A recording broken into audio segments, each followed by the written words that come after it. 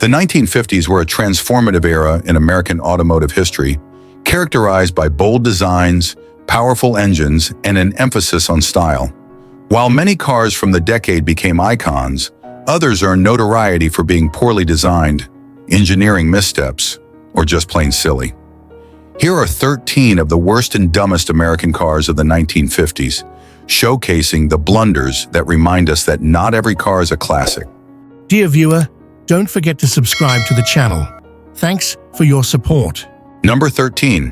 The 1955 Plymouth Belvedere was part of a significant redesign for Plymouth, transitioning away from the boxy shapes of previous models toward more modern, streamlined aesthetics. Despite being a popular nameplate, the 1955 model suffered from notable issues in handling, performance, and build quality. It aimed to compete with other mid-range sedans like the Chevrolet Bel Air and Ford Fairlane, but failed to deliver on the expectations of both performance and reliability. The Belvedere adopted Chrysler's new forward-look styling, which aimed to give the car a futuristic and sleek appearance. However, despite its modern lines, it didn't quite resonate with all buyers. The styling featured sharp tail fins, which were becoming trendy at the time, but they appeared less refined compared to some competitors.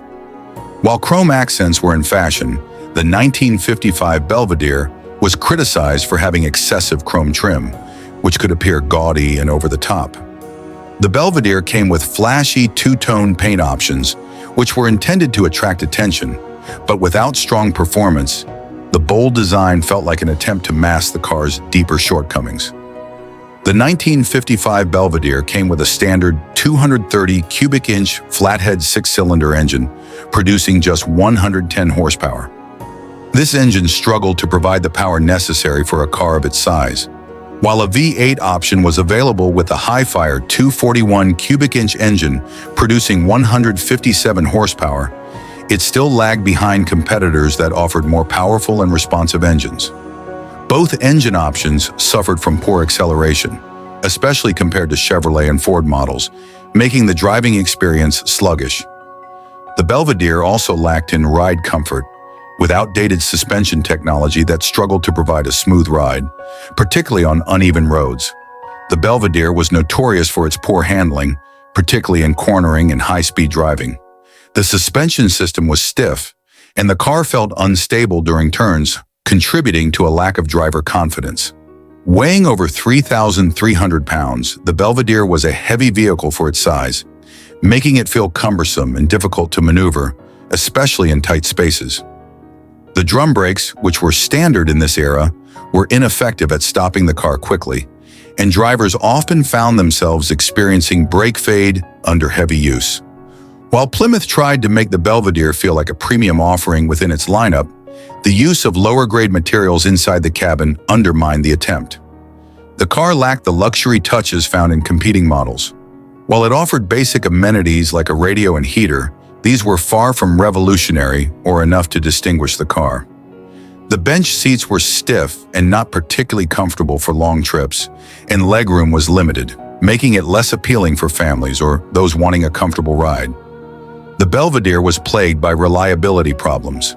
Owners reported frequent breakdowns, particularly in the engine and transmission, which were not robust enough for long-term durability.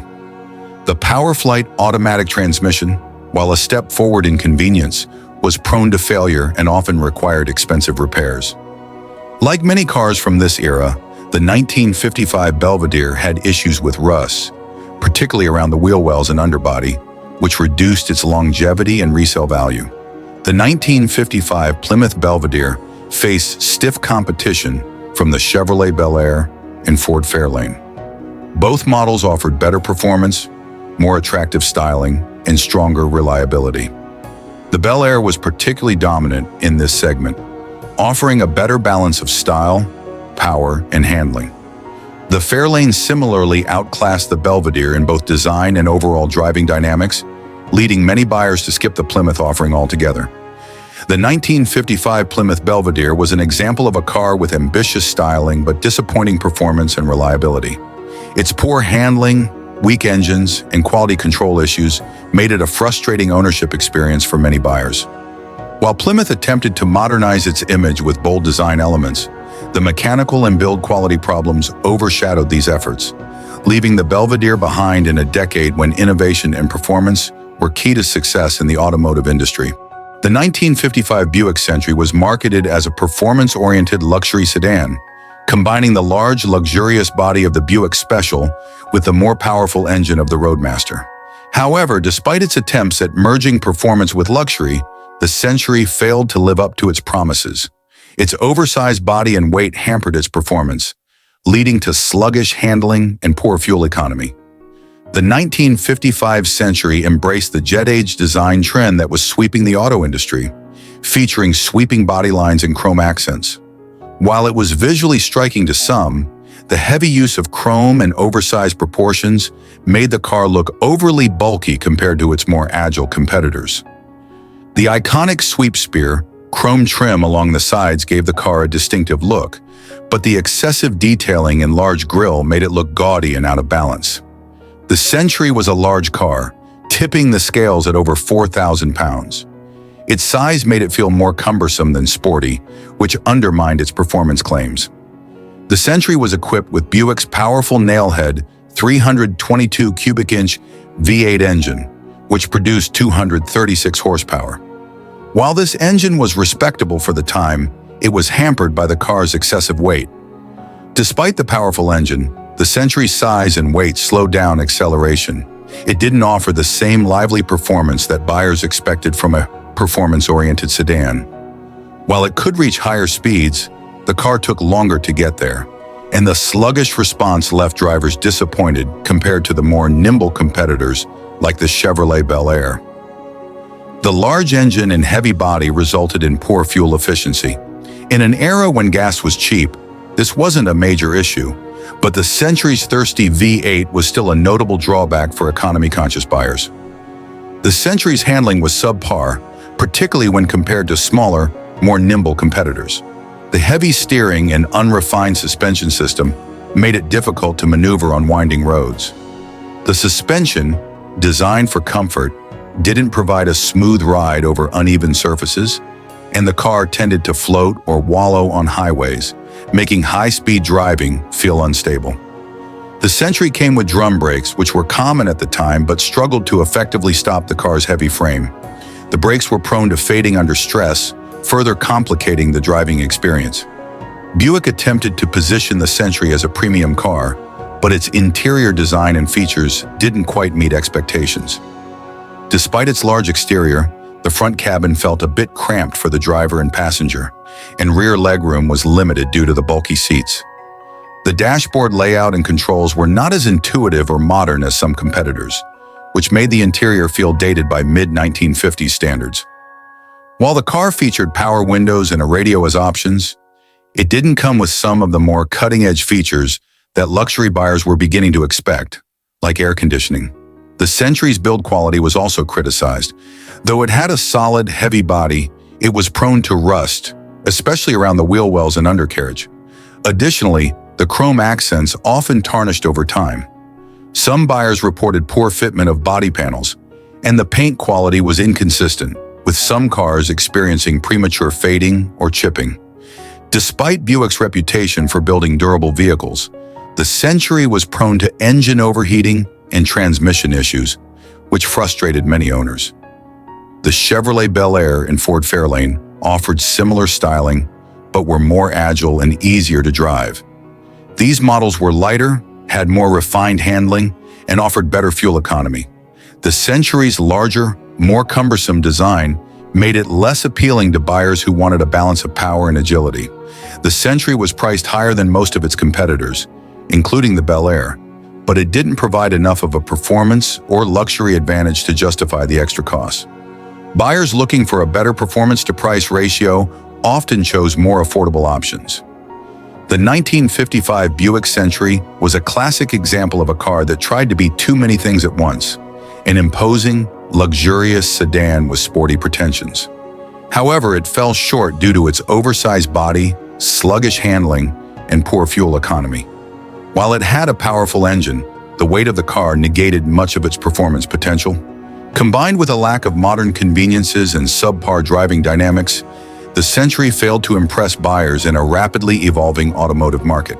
Number 11. The 1955 Mercury Monterey was meant to represent style and luxury in the mid-1950s, but it fell short in key areas.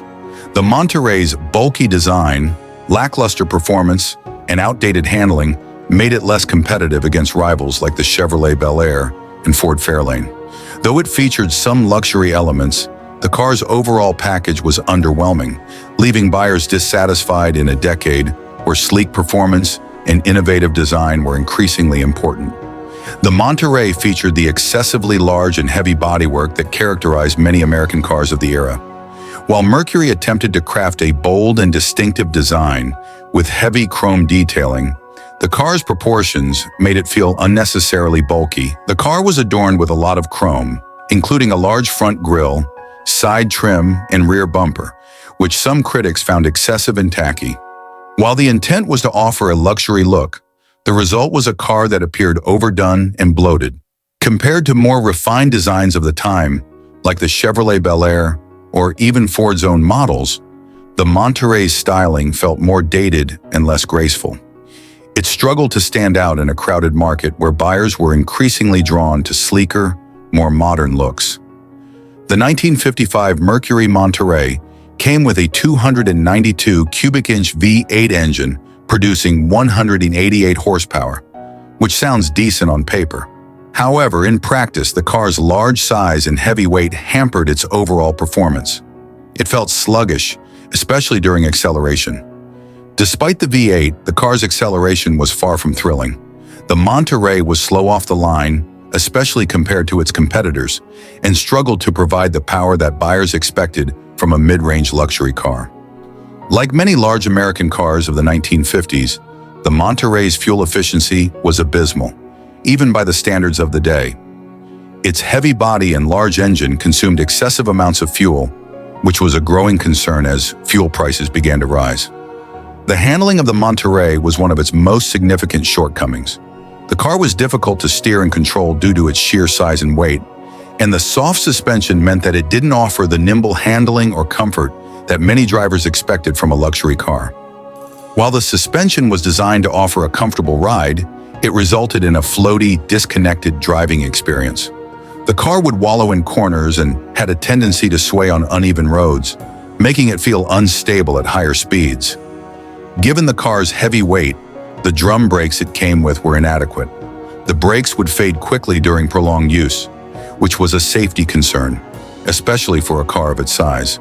Despite the Monterey's large exterior dimensions, its interior space was not as generous as one might expect. The front seating area was decently sized, but rear passengers were cramped with limited legroom. The Monterey came with standard features like a radio and power steering, but it lacked some of the more cutting-edge features that were becoming popular in the mid-1950s. Competitors offered more advanced amenities at similar price points. The interior design, while attempting to project luxury, felt outdated even by 1955 standards. The dashboard layout was cluttered, and the use of materials like plastic and lower-quality fabrics didn't help create the premium feel Mercury was aiming for. Like many American cars from the 1950s, the 1955 Mercury Monterey suffered from rust issues, especially in the fenders, door panels, and underbody. This wasn't unique to Mercury, but the Monterey was particularly vulnerable to rust, which hurt its longevity and resale value. While the car looked substantial, the build quality wasn't always reliable. Body panels didn't always line up properly, and trim pieces would sometimes become loose or misaligned, contributing to an overall impression of poor workmanship. The Monterey's mechanical reliability was also a concern. The engine was known to overheat in certain conditions, and the transmission, while generally durable, could be prone to early wear if not carefully maintained. The 1955 Mercury Monterey was a well-intentioned but poorly executed car. Its bulky design, mediocre performance, and poor handling made it a less-than-ideal option in a market that was increasingly competitive. Buyers looking for a stylish, luxurious vehicle with solid performance often opted for the Chevrolet Bel Air or Ford Fairlane instead. The Monterey's dated look, poor build quality, and uninspired driving dynamics left it overshadowed by more successful models of the mid-1950s, contributing to its lack of lasting appeal. Number 10. The 1955 Chevrolet 210 was Chevrolet's mid-range model, positioned between the base 150 and the higher-end Bel Air. While it was an improvement over the bare-bones 150, it didn't have the flair, performance, or luxury features to distinguish itself. In a market where style and power were becoming increasingly important, the 210's conservative design and limited options made it feel stuck in the middle, unable to compete with more exciting offerings like its sibling, the Bel Air. The 1955 Chevrolet 210 was deliberately designed to be less flashy than the Bel Air, with fewer chrome accents and a simpler interior. While it was supposed to appeal to more practical buyers, this approach made it look plain compared to its flashier counterparts. It lacked the eye-catching styling that was becoming a hallmark of the 1950s. The 210 had less chrome than the Bel Air, making it less visually striking. The modest grille and side trim contributed to its utilitarian appearance, which didn't resonate with buyers who were drawn to the glitz of the Bel Air. While the Bel Air offered a wide range of vibrant two-tone color schemes, the 210's options were more subdued, further emphasizing its middle-of-the-road status. The 1955 Chevrolet 210 came with a range of engine options, but they weren't particularly impressive. The standard engine was a 235 cubic inch inline-six, producing around 123 horsepower, which was adequate for basic transportation, but lacked the muscle needed for strong acceleration or high-speed cruising. While the 210 could be equipped with a 265 cubic inch V8, it was still underpowered compared to other mid-range models of the time. The V8 provided a bump in power, but it wasn't enough to give the 210 a truly sporty feel.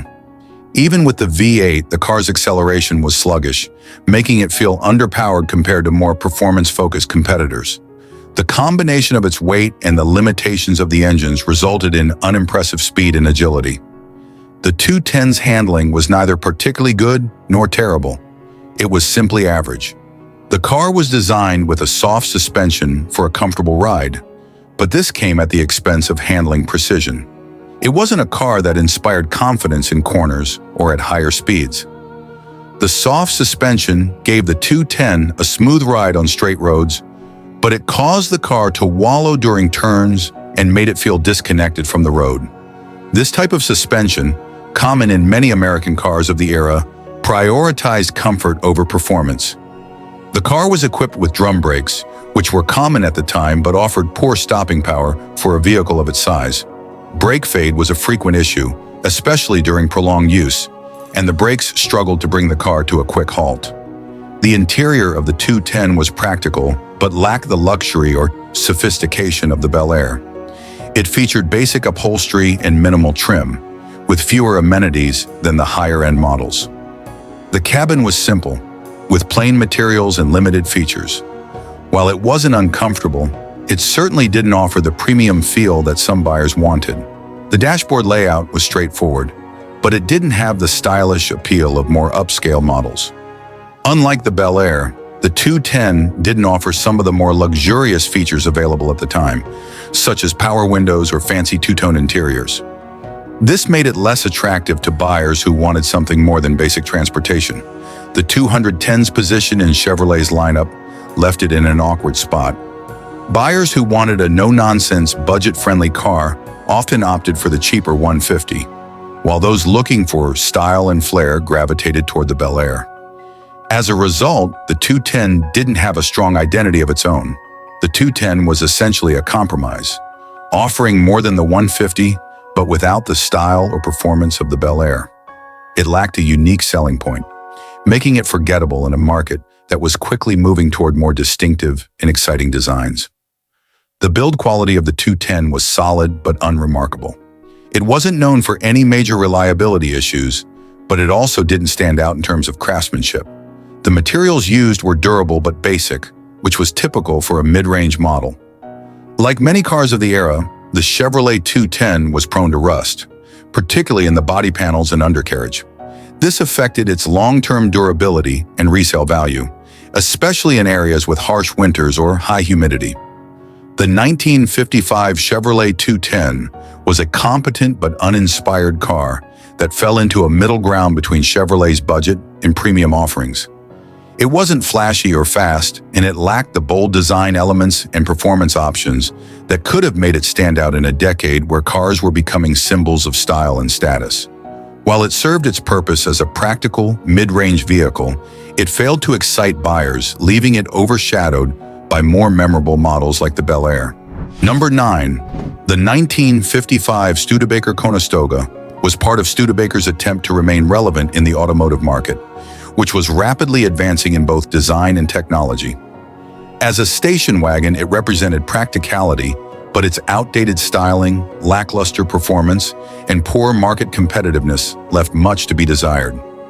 By 1955, Studebaker was already struggling financially, and the Conestoga failed to make a significant impact in the increasingly crowded station wagon segment. The Conestoga's design didn't follow the streamlined, modern trends of the mid-1950s. Its upright and boxy appearance seemed stuck in the past, contrasting sharply with the stylish curves and aggressive lines of competitors. While other automakers were moving toward flashier designs with bold chrome trim, tail fins, and sweeping lines, the Conestoga felt utilitarian and unrefined. The plain sheet metal and restrained styling didn't capture the imagination of car buyers who wanted a wagon that looked as good as it performed. In an era where two-tone paint schemes and vibrant colors were all the rage, the Conestoga's color palette was more subdued and conservative, further diminishing its appeal. The 1955 Studebaker Conestoga was available with a range of engines, but none were particularly powerful. The base model came with a 185 cubic inch inline six, producing only around 101 horsepower, which made it struggle to keep up with other wagons on the market. While there was an option for a 224 cubic inch V8, producing about 140 horsepower, it was still underpowered compared to larger, more modern V8 engines from competitors. Even with this upgrade, the Conestoga couldn't match the performance of wagons like the Chevrolet Nomad or Ford Ranch wagon. The wagon's weight combined with its weak engine options made for sluggish acceleration, especially when loaded with passengers or cargo. This lack of power was a major downside in an era when bigger, more powerful engines were becoming the norm. The Conestoga wasn't known for its handling. It had a soft suspension setup designed for comfort, but this made the wagon feel disconnected from the road, with excessive body roll during turns. This resulted in a ride that felt unstable, especially at higher speeds. Despite being smaller than some of its rivals, the Conestoga felt large and cumbersome on the road. Its steering was imprecise, and the car's weight distribution made it harder to maneuver in tight spaces or around corners. The interior of the 1955 Studebaker Conestoga was functional, but far from luxurious. It offered basic amenities, and the materials used were less refined than those found in competitors. While the seating was adequate, it lacked the comfort and style that was becoming increasingly important for station wagon buyers. The dashboard layout was simple and utilitarian, lacking the chrome accents or advanced features like air conditioning that were starting to appear in other cars of the era. The Conestoga was very much a no-frills car in terms of its interior appointments. While the Conestoga was practical as a station wagon, it didn't offer the same amount of cargo space or clever storage solutions as some of its competitors. This made it less attractive for families or businesses looking for a versatile and spacious vehicle. The 1955 Conestoga faced stiff competition from more modern and advanced station wagons like the Chevrolet Nomad, Ford Ranch wagon, and even Chrysler's wagons. These competitors offered more powerful engines, more stylish designs, and more innovative features, making the Conestoga seem outdated by comparison. Studebaker, as a brand, was already struggling by the mid-1950s, and the Conestoga's uninspired design and poor performance didn't help attract new customers. Sales lagged behind more popular station wagons, and it became clear that Studebaker was falling out of step with the rest of the industry. By the mid-1950s, the station wagon market was growing rapidly, with American families embracing the practicality of these vehicles. However, the Conestoga's lack of innovation meant it was quickly overshadowed by wagons that offered more space, better performance, and more exciting design. The Conestoga was built to last, with solid construction that reflected Studebaker's reputation for durable cars. However, this durability didn't translate into modern refinement. The build quality was sturdy, but the materials felt cheap compared to competitors. Like many cars of the era, the Conestoga was prone to rust, especially in the undercarriage and lower body panels. This became a problem in areas with harsh winters or high humidity, leading to long-term durability concerns for owners. The 1955 Studebaker Conestoga was a station wagon that failed to keep up with the rapidly changing automotive landscape of the mid-1950s. Number 8. The 1955 Oldsmobile 98 was positioned as the top-of-the-line model in Oldsmobile's lineup, emphasizing luxury, size, and power. The 98 name came from its original designation as the car's Series 90 in previous generations. And by 1955, it was intended to embody everything a premium American sedan should be. However, despite its high-end positioning and luxury appointments, the 1955 model had significant drawbacks that made it a less-than-ideal choice compared to its rivals. It suffered from poor handling, excessive bulk, and a lack of agility, making it a challenging car to maneuver in everyday driving. The 1955 Oldsmobile 98 was known for its big, bold styling, with lots of chrome accents, a wide front grille, and sweeping lines that gave it a stately appearance. However, this size was a double-edged sword, as the car appeared bloated and overly heavy. The 98 weighed in at over 4,300 pounds, making it one of the heaviest cars in its class. The weight contributed to its poor handling and sluggish performance, which became a common complaint among drivers. While the car's styling was intended to reflect elegance and luxury, its long, heavy body made it seem less agile than the sleeker, more modern designs from competing brands like Cadillac or Chrysler. By 1955, the large, heavy look was beginning to feel dated, especially in a market where buyers were starting to appreciate a blend of performance and luxury. The 1955 Oldsmobile 98 was powered by a 324 cubic inch, 5.3-liter V8 engine, known as the Rocket V8, producing around 202 horsepower.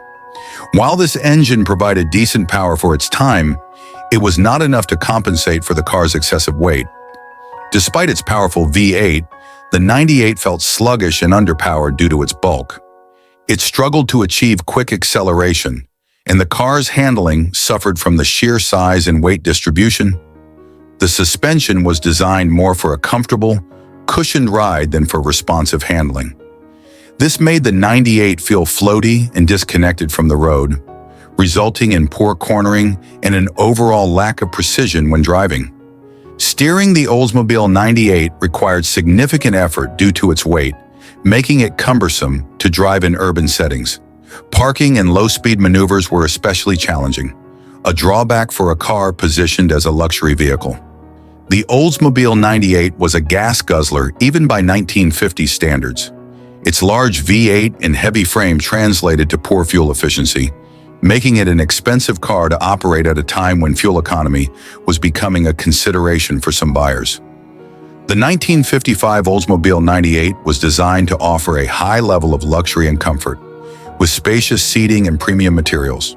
The interior featured plush seats, ample legroom, and a variety of chrome and stainless steel trim elements, creating an upscale atmosphere. While it was comfortable, the Oldsmobile 98 didn't offer many modern features compared to the competition. For instance, it lacked options like air conditioning and power windows, which were starting to become popular in other high-end models. The dashboard layout was basic for a luxury car, with a simple instrument cluster and minimal conveniences. There was a lack of innovation in terms of driver aids or special features that might have made the car stand out more. Like most cars of its era, the 1955 Oldsmobile 98 did not prioritize safety. It lacked features such as seat belts, crash padding, and other safety technologies that would become standard in later decades. This made it less appealing to more safety-conscious buyers. The Oldsmobile 98 was equipped with a soft suspension setup, which made for a smooth ride on straight, flat roads. However, this softness made the car feel unwieldy when turning, with excessive body roll that detracted from driver confidence. Due to its high center of gravity and weight, the 98 leaned heavily during sharp turns or when changing lanes at speed. This made the car feel unstable and could lead to a sense of unease for both drivers and passengers. The braking system on the 98 was also a weak point. It used standard drum brakes that struggled to bring the car to a halt quickly, particularly in emergency situations. This added to the overall sensation of sluggishness and lack of responsiveness. The 1955 Oldsmobile 98 was a luxurious, comfortable car that embodied the style and excess of mid-1950s American automobiles. However, it suffered from significant drawbacks that made it a challenging proposition for buyers. Its excessive bulk, poor handling, and lack of agility made it feel unwieldy compared to more refined competitors. Although it was built to impress with its size and styling, it fell short in delivering the driving experience and modern amenities that buyers in the luxury segment were starting to demand. As a result, the Oldsmobile 98 was seen as a costly, underwhelming choice in a rapidly evolving market. Number 7. The 1955 Dodge Custom Royal Lancer was the top trim level of Dodge's lineup that year, marketed as a premium, stylish offering in the growing hardtop coupe and sedan market. With its flashy two-tone paint schemes, extensive chrome, and decorative flourishes, the Custom Royal Lancer was designed to stand out visually. However, while the car may have looked impressive, it failed to deliver when it came to performance, handling, and reliability. It became one of those models that prioritized style over substance, which led to disappointment among buyers expecting more than just a flashy exterior. One of the key criticisms of the 1955 Dodge Custom Royal Lancer was its design. The car was heavy on chrome, featuring large flamboyant trim pieces, fins, and two-tone paint combinations that were eye-catching but lacked sophistication. The front grille and bumper were heavily decorated with chrome, which gave the car an imposing appearance but also made it seem overly busy. The large grille and headlights were considered a bit too bold, and the rear tail fins, though trendy at the time, contributed to an overall design that felt more concerned with appearance than aerodynamics or practicality. While the two-tone paint was fashionable in the mid-1950s, the Custom Royal Lancer's color schemes often leaned toward garish combinations, further exaggerating the car's already overdone styling. Dodge attempted to keep up with the jet-age design trend, but the results on the Custom Royal Lancer were seen as forced and over the top. The car's size, paired with its overstated design elements, made it feel awkward and bulky compared to more streamlined rivals.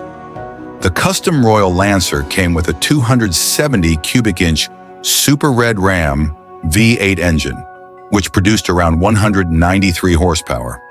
While this was a respectable power figure for a mid-1950s car, the engine was still underwhelming when it came to translating power into performance. Despite having a V8, the Custom Royal Lancer was criticized for sluggish acceleration and a lack of responsiveness. This was partly due to the car's heavy curb weight, which blunted the engine's potential. The car was equipped with either a 2-speed PowerFlight automatic or a manual transmission. The automatic transmission was slow to respond, contributing to a lack of smoothness in the driving experience. The Custom Royal Lancer handled poorly, especially in comparison to its rivals. Its steering was heavy, and the car was prone to body roll in corners. It was more of a cruiser, meant for straight-line driving, but even then it failed to impress. The car's suspension was soft, leading to a floaty feeling over bumps and a lack of connection with the road.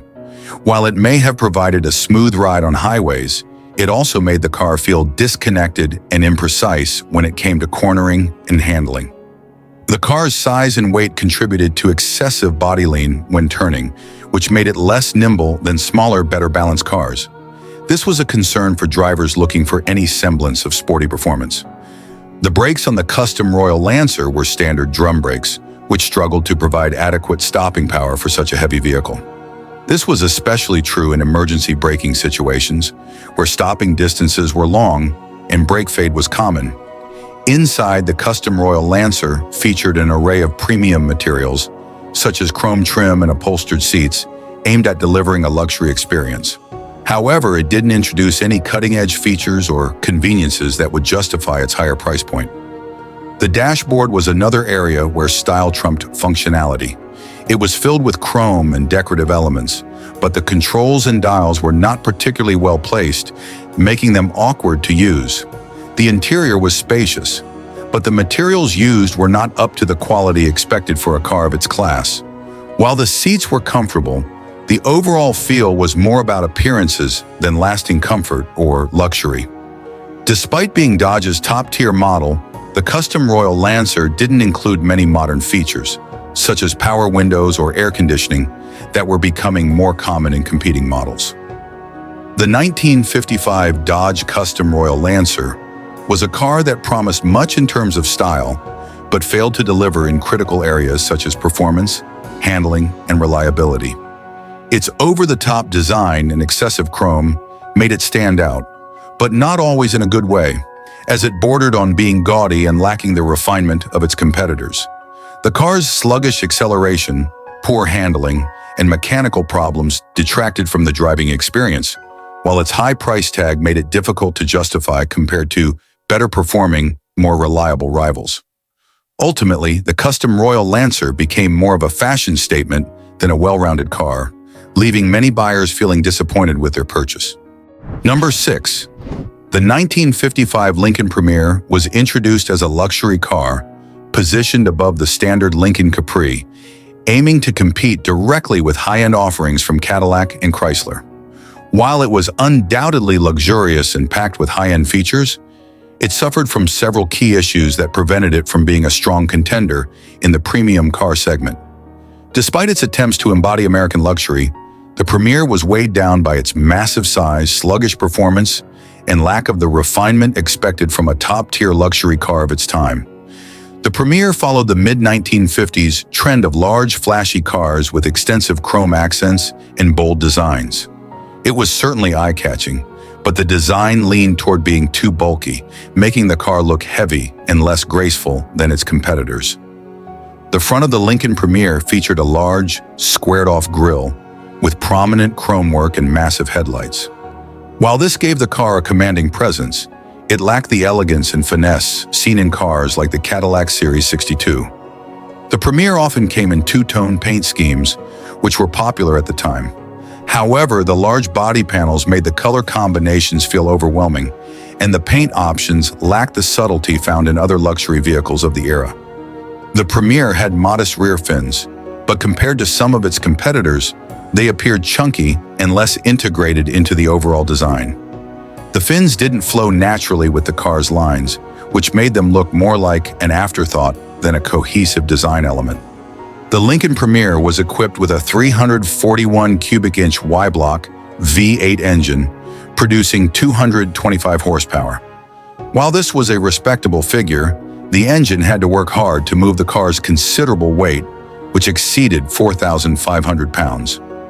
Due to its weight, the Premier was slow to accelerate. The engine, though powerful on paper, was overmatched by the car's mass, resulting in disappointing performance, especially compared to lighter, more nimble luxury cars of the time. The Premier's engine suffered from an unrefined power delivery, with noticeable vibration and a lack of smoothness. This detracted from the driving experience, especially in a segment where smooth, effortless power was expected. The massive size and weight of the car, combined with its V8 engine, meant that fuel consumption was high, even by 1950s standards. The Premier was thirsty, and its poor fuel economy was a downside for buyers looking for more than just prestige. The 1955 Lincoln Premier was known for its poor handling. The car's heavy frame made it difficult to maneuver, especially in tight turns or city driving. The steering was not particularly responsive, and the car felt cumbersome on the road. The Premier's suspension was soft, giving the car a floaty, disconnected ride. This may have appealed to buyers who valued comfort above all else, but it came at the cost of handling precision. On winding roads, the car was prone to body roll and didn't inspire confidence in the driver. The Premier's large size also presented challenges in terms of stopping power. The brakes were not particularly strong, leading to long stopping distances. The car's weight put additional strain on the braking system, making it less effective in emergency situations. Inside, the Lincoln Premier was undeniably luxurious, with plush seats, high-quality materials, and chrome accents throughout the cabin. However, the design felt somewhat dated and didn't offer the same level of innovation seen in rival cars. The cabin was spacious and could comfortably accommodate 5 passengers, but it lacked many of the modern conveniences that were beginning to appear in competitors. Power windows and air conditioning were available but not standard, which was disappointing given the car's price point. The dashboard was heavily adorned with chrome and featured large blocky controls that didn't match the streamlined, futuristic designs seen in other luxury cars like Cadillacs. The controls were functional but lacked the refinement expected in a car of this class. While the seats were comfortable and the ride smooth on highways, the car felt floaty and disconnected from the road, which detracted from the overall driving experience. The car's sheer size made it feel more like piloting a boat than driving a luxury sedan. The 1955 Lincoln Premier was a car that tried to make a statement of luxury and style, but its overly heavy design, sluggish performance, and outdated features made it feel like a relic in a time when innovation was key. While it had the chrome and flashy styling of mid-century American luxury cars, it lacked the refinement and precision offered by competitors like Cadillac and Chrysler. The Premier's poor handling, slow acceleration, and mechanical issues further held it back from being a truly competitive luxury vehicle. Number 5. The 1955 Plymouth Suburban was a station wagon designed for practicality and family hauling. While station wagons were increasingly popular with American families in the 1950s, the Suburban failed to stand out in the competitive market. Its underpowered engine, lackluster styling, and uninspired handling made it more of a utilitarian vehicle than a beloved family car. Compared to the sleek designs and more powerful offerings from other manufacturers, the Suburban fell short, leaving it overshadowed by competitors. The 1955 Plymouth Suburban was a very utilitarian-looking car, with little emphasis on the kind of bold or elegant styling that defined much of the 1950s automotive market. Unlike many station wagons of the era, which embraced chrome-heavy designs, the Suburban had only modest chrome accents, making it appear more basic and workmanlike. It lacked the visual flair seen in models like the Chevrolet Nomad or Ford Country Squire. The body lines were straightforward and boxy, offering little in terms of sleek or dynamic design. This gave the Suburban a more dated look, especially compared to the more streamlined models that competitors were introducing. While many cars of the 1950s were available in vibrant, eye-catching two-tone paint schemes, the Suburban mostly came in solid, muted colors. This further added to its utilitarian appearance and failed to excite buyers seeking more stylish family vehicles. The 1955 Plymouth Suburban was powered by a 230 cubic inch flathead, 6-cylinder engine, producing around 110 horsepower. While this was sufficient for basic driving, it left the car feeling sluggish, especially when loaded with passengers or cargo. The underpowered engine meant that acceleration was slow, particularly for a station wagon that was intended to carry families and their belongings. In comparison, competitors offered more powerful V8 engines, making the Suburban feel outdated in terms of performance. Unlike some competing station wagons, which offered optional V8 engines or sportier trims, the Suburban had no performance upgrades. This limited its appeal to buyers looking for something with a bit more power or excitement. While it wasn't uncommon for 1950s cars to have poor fuel efficiency, the Suburban's combination of a heavy body and underpowered engine meant that it offered little in terms of fuel economy. It wasn't efficient enough to offset its lackluster performance. The Plymouth Suburban was not known for its handling prowess. Its large, boxy design made it feel cumbersome on the road, especially in tight corners or during parking. Like many station wagons of the time, the Suburban had a soft suspension that resulted in a floaty, disconnected ride. While this was comfortable for long highway drives, it wasn't ideal for more dynamic driving situations, making the car feel unwieldy. The braking system was also a weak point. With the added weight of the wagon body, the brakes struggled to provide adequate stopping power, which was a concern for families relying on the car for everyday use. The steering was not particularly responsive, further adding to the car's reputation as being difficult to drive in anything other than straight-line highway situations. In city driving or on winding roads, the Suburban felt out of its element. The 1955 Suburban was designed with a no-frills approach, emphasizing practicality over luxury. The interior was sparse with few comfort features or upscale materials. Unlike higher-end station wagons, the Suburban lacked many of the features that made family cars of the era appealing. Air conditioning, power windows, and other conveniences were either not available or offered only as expensive add-ons. The seats were durable but not particularly comfortable, and the dashboard was utilitarian in its layout. The overall design of the interior reinforced the Suburban's role as a practical hauler rather than a stylish family car. While the Suburban did offer plenty of cargo space, which was one of its selling points, this alone wasn't enough to set it apart in a market full of more stylish and powerful station wagons. The Suburban wasn't known for having major build quality issues, but it also didn't stand out as particularly well built. The materials used in the interior and exterior were functional, but felt cheap compared to competitors' offerings. The 1955 Plymouth Suburban was a station wagon that prioritized utility over style and performance, but in doing so, it failed to capture the attention of the market. Its boxy design, underpowered engine, and basic interior made it feel outdated and uninspired compared to competitors that offered more power, style, and comfort. While it served as a functional family hauler, the Suburban didn't offer the flair or excitement that many buyers sought in the mid-1950s, leaving it overshadowed by more appealing options from other manufacturers.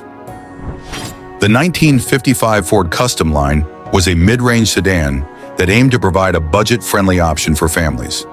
While Ford was known for producing more stylish and powerful vehicles during the 1950s, the Customline struggled to stand out in a market increasingly dominated by flashy designs and performance. Its lack of amenities, uninspired styling, and mediocre performance contributed to a driving experience that many buyers found to be lackluster and forgettable. The 1955 Customline had a design that was functional but not particularly appealing. Its boxy shape and lack of distinctive features made it feel dated compared to the more stylish models offered by both Ford and its competitors. The Customline had limited chrome detailing, which was a hallmark of 1950s cars. This lack of shiny trim made the Customline appear more utilitarian and less attractive than its flashier counterparts. The available colors were muted and conservative, lacking the vibrant two-tone options that many buyers desired in this era of automotive exuberance. Unlike Ford's higher-end models, the Customline did not offer any unique styling cues or features that would help it stand out on the road, leading it to be perceived as bland and unremarkable. The Customline came standard with a 223 cubic inch six-cylinder engine producing 120 horsepower with an optional 272 cubic inch V8 that offered only marginally better performance.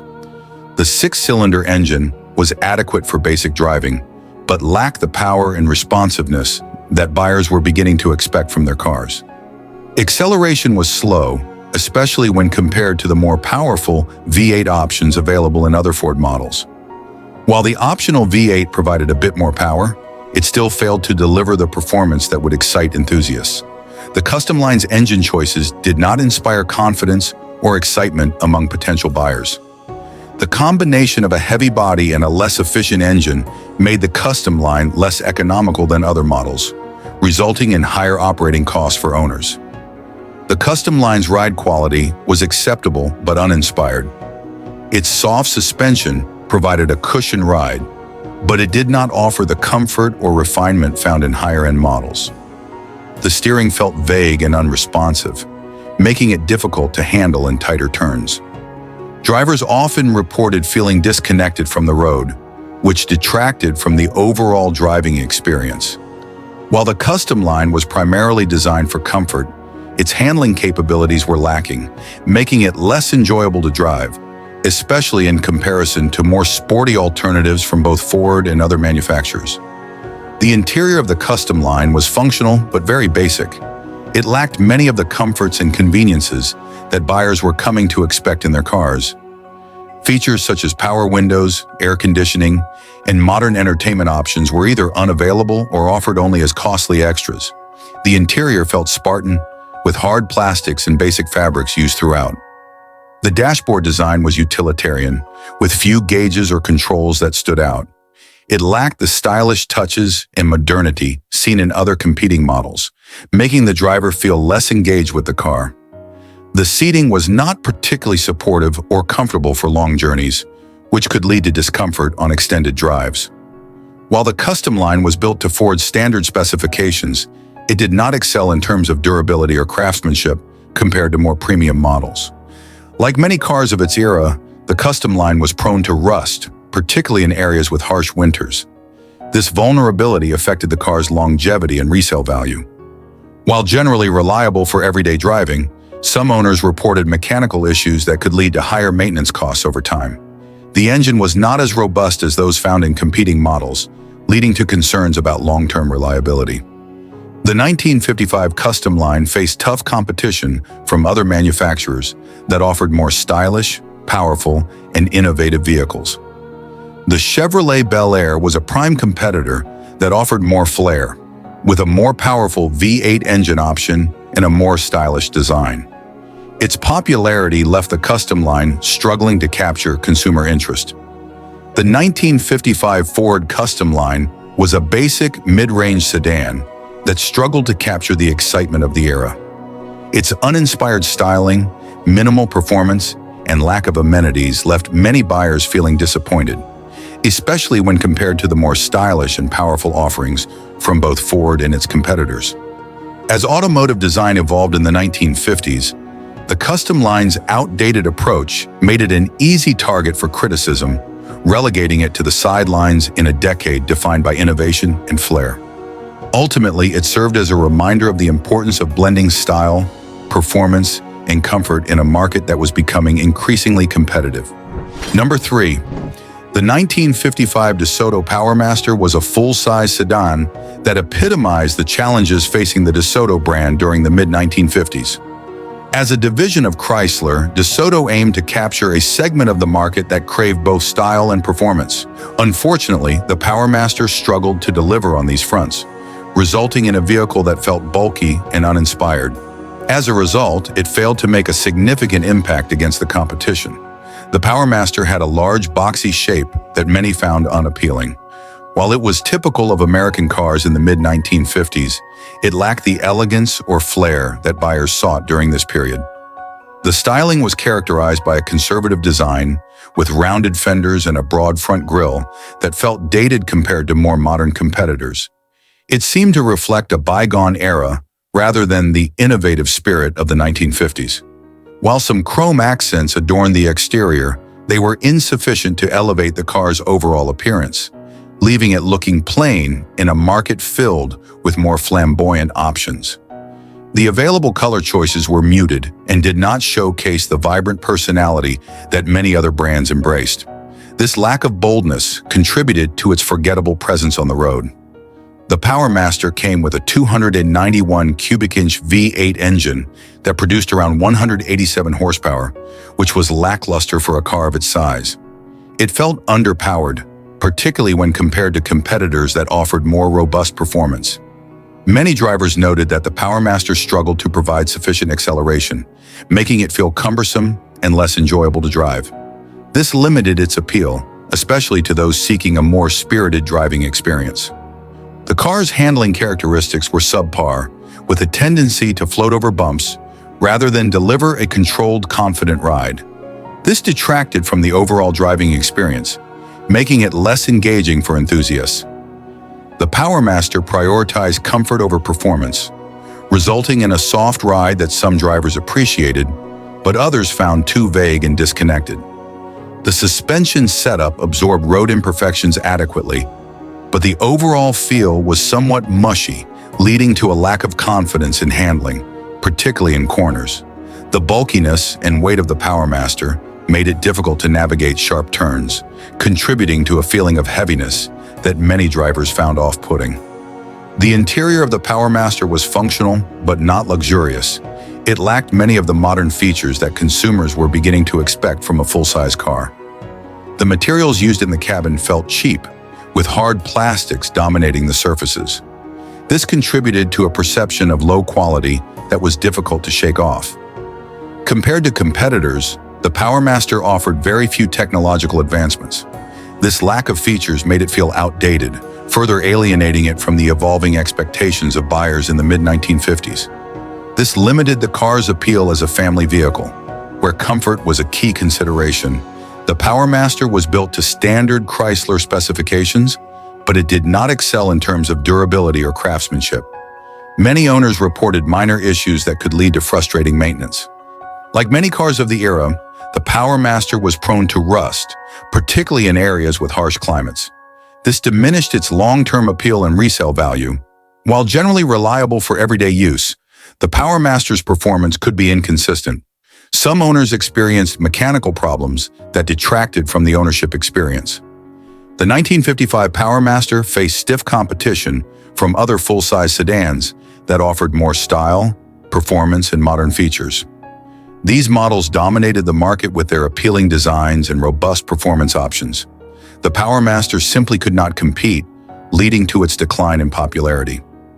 Due to its outdated styling and lack of excitement, the Powermaster struggled to attract buyers. Its sales figures reflected this reality, leaving DeSoto in a difficult position as the brand sought to re-establish itself in a competitive market. The 1955 DeSoto Powermaster was a car that reflected the struggles of the DeSoto brand during a time of rapid automotive evolution. With its bulky design, weak performance, and uninspiring interior, it failed to capture the attention of buyers in an increasingly competitive marketplace. As other manufacturers embraced innovation and style, the Powermaster became a symbol of what was lacking in DeSoto's offerings, ultimately contributing to the brand's decline in the years that followed. Number 2. The 1955 Pontiac Star Chief was positioned as Pontiac's flagship model, aimed at buyers looking for a blend of luxury and performance. However, despite its status, the Star Chief fell short in several critical areas, making it less appealing compared to its contemporaries. With a focus on size and style, the Star Chief struggled to deliver the performance and refinement expected from a premium vehicle. The Star Chief featured a massive design that was characteristic of 1950s American cars. While it aimed to convey a sense of presence, its size made it cumbersome and difficult to maneuver. The boxy silhouette, combined with a large front grille and pronounced tail fins, felt exaggerated and overwhelming, leading to a lack of visual harmony. This bulky design was not as stylish as some of its competitors. Pontiac's design team adorned the Star Chief with plenty of chrome accents, which some found gaudy. This focus on chrome detracted from the overall aesthetic, making it appear more flashy than sophisticated. Although Pontiac offered some vibrant color options, many buyers found the available palettes uninspiring compared to the more daring offerings from other manufacturers. This contributed to the car's image of being less exciting.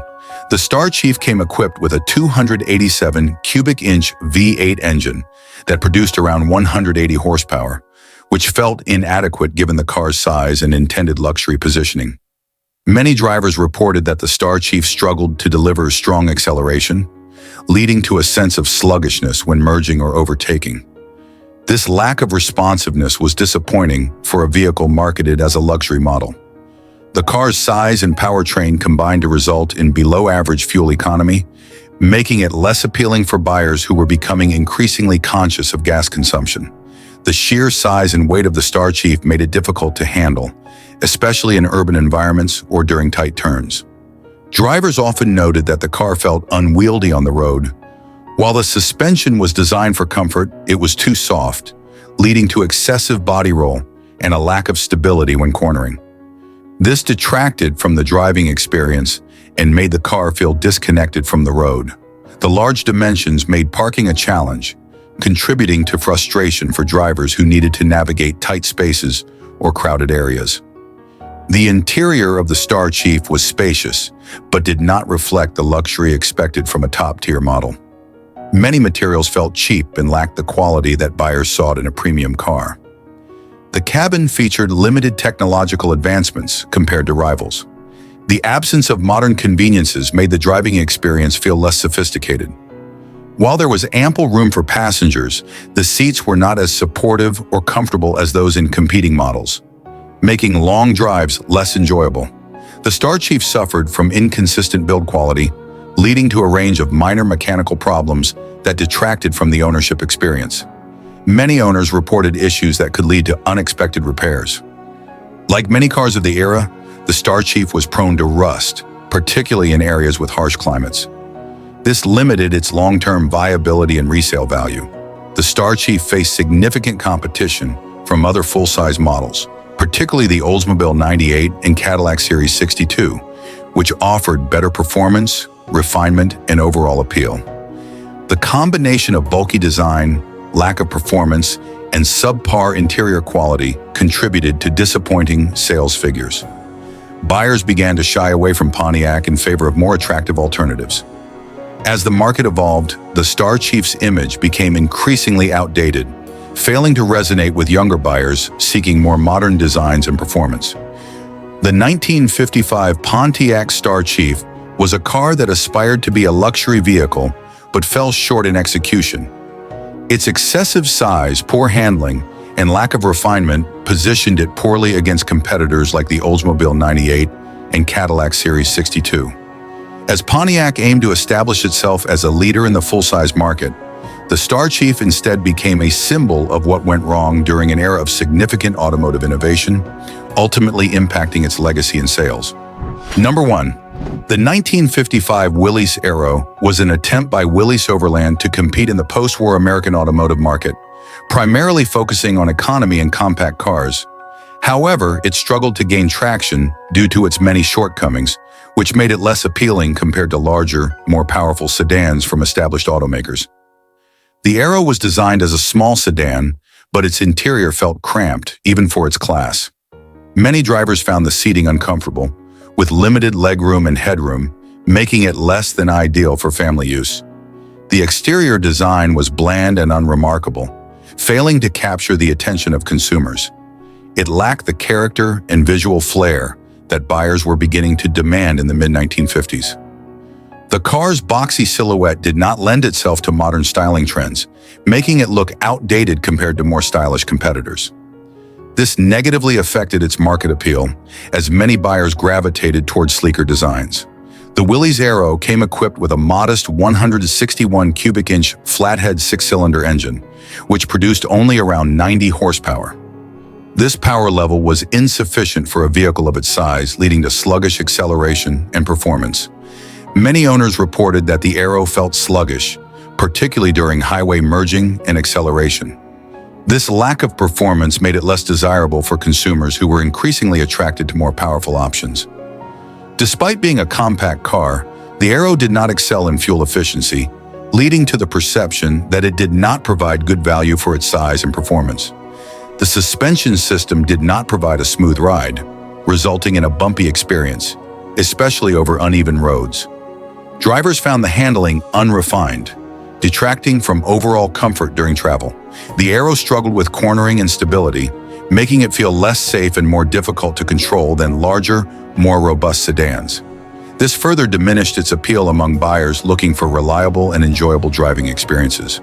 The materials used in the Aero's interior were perceived as low quality, contributing to an overall feeling of cheapness. Many features felt outdated and uninspired, lacking the innovation seen in rival models.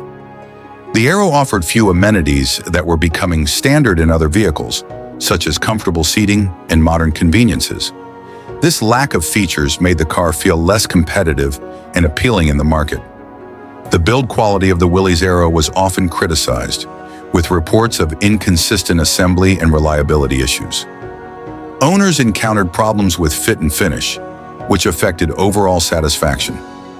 Like many cars of the era, the Aero was susceptible to rust, especially in areas with harsher climates. This limited its longevity and resale value. The combination of cramped interior, underwhelming performance, and lack of appeal contributed to dismal sales figures. The Aero failed to gain a significant foothold in the competitive American market, which was dominated by larger sedans. The Aero was unable to compete effectively with larger and more powerful sedans from major manufacturers like Ford, Chevrolet, and Chrysler. many consumers preferred the spaciousness and performance offered by these competing models. As the market shifted towards larger vehicles with more power and features, the Willys Aero quickly fell out of favor. Its compact size and low power made it seem antiquated in a rapidly evolving automotive landscape. The 1955 Willys Aero was a small car that ultimately failed to resonate with American consumers. Its cramped design, underpowered performance, and subpar build quality made it difficult to compete against larger, more capable sedans of the time. As automotive preferences shifted towards power, space, and comfort, the Aero became a forgotten entry in the mid-1950s car market, illustrating the challenges faced by smaller manufacturers in a rapidly changing industry.